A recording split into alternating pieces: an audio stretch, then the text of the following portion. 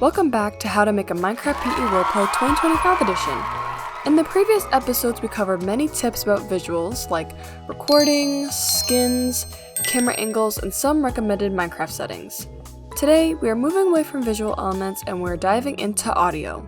The chapters for this video will cover sound effects, background music, and voice lines. I will also get into the different editing softwares and the process of finding members for your projects. Just to remind everyone, these tips are only from my experiences and unfortunately do not have enough resources available for Android. So what I talk about in this video may not work for everyone. Let's jump right into the nitty-gritty with recording lines. Unless you aren't a character in your own roleplay, you're going to need some program or software to record your lines. For mobile, the easiest to use would probably be voice memos, but how do you get good quality with it? For one, make sure you record in a room far away from noise with little echo. It might be silly, but if you don't have a microphone, you could try to record under your blankets or in a closet. It might help if you use those wired earbuds with a mic, but just make sure you don't blow into it. If you find that those suggestions are enough, you may continue with including your lines within your video. For fun, I'm actually going to try out these tips and play the results for you. Here's my audio with just my phone, no microphone, and a relatively quiet area.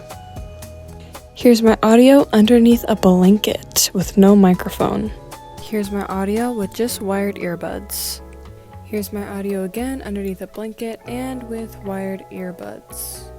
For having no professional equipment, those actually didn't come out that bad. I think the biggest issue is the static noise from these examples, and with my earbuds, the audio came out quieter than without them. However, there wasn't a lot of background noise, and my voice was relatively clear, and that's mainly what we want. So how would I edit and fix these issues? For many voice recording software on PC, you can edit your audio straight from the program. However, you can't really do that with voice memos. There is an enhanced recording function, but I don't think it does a good job. So let's use another free app, GarageBand. In GarageBand, there's a voice recording section that allows you to edit from the app. If you would like to edit the noise in your audio, make sure you head to your settings and turn on Enable Apple Designed Audio Unit Extensions. Once you do that, you can go back into GarageBand and import your audio or record straight from there. Once you've imported your audio, on the top left, click the little audio mixer button next to the FX button.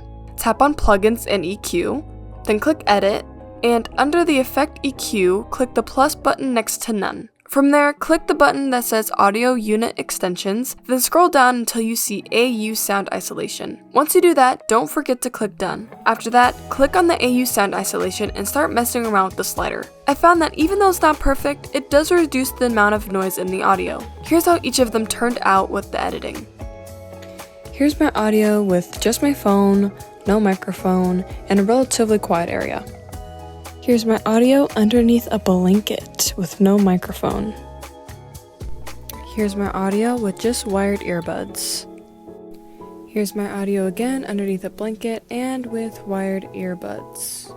From this experiment, the audio was definitely better without the microphone, but overall, I think the noise reduction was effective. If you have a computer, the most common program to record and edit lines is Audacity. For me, I personally use Adobe Audition. Obviously, if you're going to record on a laptop/PC, you should have a microphone. I personally use a Blue Snowball. When it comes to the format of the files, it's up to personal preference. I personally like MP3 because the file sizes are smaller, but WAV has a crisper quality. It's not that much of a difference, but to each their own. I think that covers the line recording section, so let's move on to background music and sound effects. Right off the bat, let's talk about copyrighted music.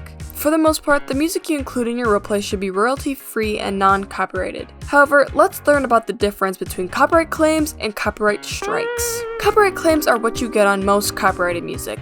They don't do much to your channel unless the video gets blocked worldwide/other countries. If you get a copyright claim, do not panic. Your channel will not get removed over a claim. If you ever see music featured in the description of a video, that means their video has probably been claimed. Copyright claims are relatively harmless, but still try to avoid them. If you're making money off your videos, obviously do not use copyrighted music.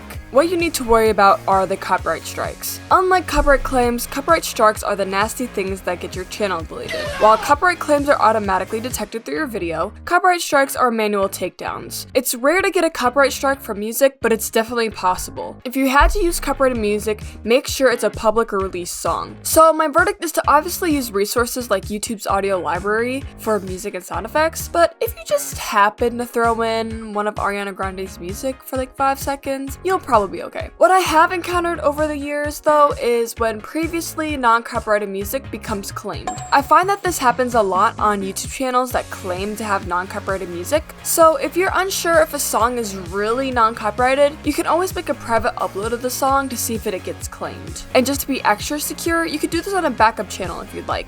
Like always, if you can spare a little change, there's paid subscriptions like the ever so popular Epidemic Sound. I've been using Epidemic Sound for years and I think it's totally worth it. Overall, when we're thinking about non-copyrighted stuff, I think it's definitely easier to look up free sound effects, it's just the music that can be difficult.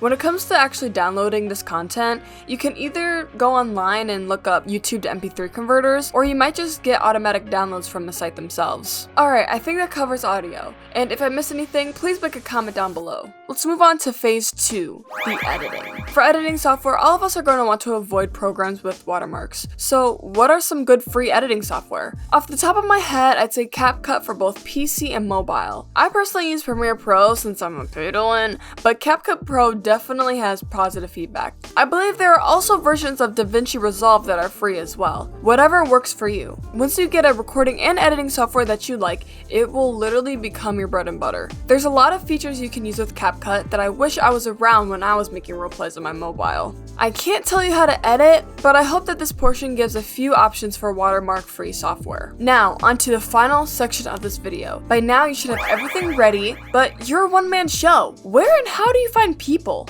I would first start off with a casting call and a video to complement your request of voice actors and or body actors. Making a casting call requires a little bit of work, so editing a video and throwing together a Google form might be the best at first. Make your title big and say Minecraft roleplay casting call, and everyone will literally come flooding. Actually, you may just get a few people at first, but people love new voice acting opportunities in our niche hobby. Now, let me throw out a small disclaimer, and that being body actors. Body actors might be the biggest struggle when it comes to Minecraft PE roleplays. We don't have the luxury of Blockbuster, so you will need patience and the right amount of people to assist you. Unfortunately, that's probably the main reason why Minecraft PE roleplays aren't popular. It's hard to get consistent help and have access to better mods. I'm a small channel, but one of the larger Minecraft PE roleplay creators who hasn't totally disappeared off the planet.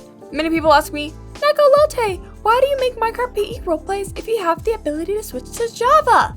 It's because I'm a Bedrock defender and enthusiast, and that's what makes us unique. Do you know how many people didn't know that Bedrock could import models? You could do so much with Pocket Edition, and before I get into a tangent, yes. Body actors are probably the most difficult aspect of Minecraft PE roleplays, but it's not impossible. If you have more than one device, you can also body act by yourself. What also helps is to not write so many characters within one scene. Keep it to about 4 people if you don't have a lot of body actors. I know a lot of people will turn to creating roleplays on Java, so I appreciate everyone who's clicked on this video. If you're just starting out, you got this. And if you're a seasoned roleplayer, welcome. Did you know all of these? And with that, I think that ends today's video. As always, leave a comment if you have any questions, and share to anyone who's interested in starting a roleplay. There is one last part to the series, and that's the promotion section where we'll discuss logos, thumbnails, and renders. Have a good day, everyone, and I'll see you next time.